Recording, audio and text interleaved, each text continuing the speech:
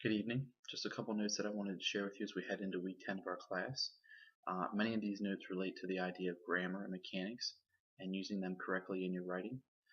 One of the things that's really important heading into week 10 is that you recognize that from here on out, your grammar will play a much larger role in the grading of your essays.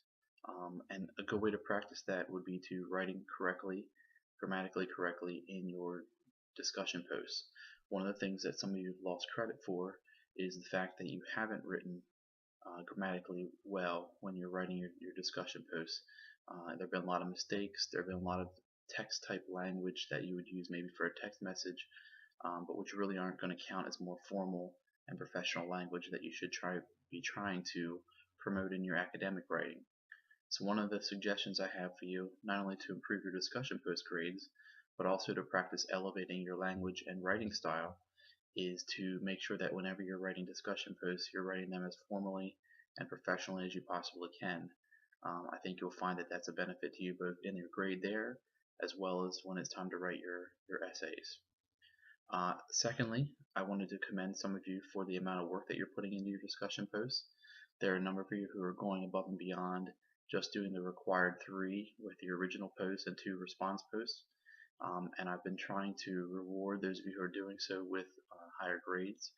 I would encourage all of you to do that because that does help to offset some of the little grammatical issues that you sometimes create in your discussion posts.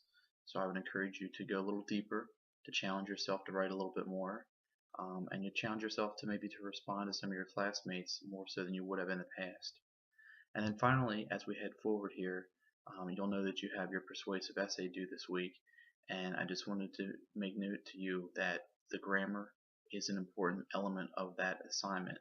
The first essay or two that we didn't grade you for your grammar, but that is going to be something that's going to be more important moving forward. So a couple things that you should take note of are just little ideas about proofreading. You can certainly try to proofread based upon a couple different methods. One method that I would recommend that you try is starting at the last sentence in your essay, looking at that sentence, looking for grammatical mistakes and proofreading that sentence, and then working backwards through the essay one sentence at a time. Working backwards from the last sentence to the first sentence helps to separate the content of the essay and enables you to just focus on one sentence at a time. The other technique that you might want to consider for proofreading is try reading your essay aloud to yourself and listen for mistakes. A lot of times you can hear some of these mistakes that you've created. So I would recommend those two techniques to try to proofread your essays and your writing, and overall just to try to improve the grammar of your writing. Remember we talked in the first week of class about the importance of how our writing is presented and how that influences how readers look at it. So as we move forward and head into week 10, I would encourage you to try these techniques and encourage you to pay a little more close attention to the grammatical aspects of your writing and your discussion posts. I look forward to reading your work this week. Have a great week.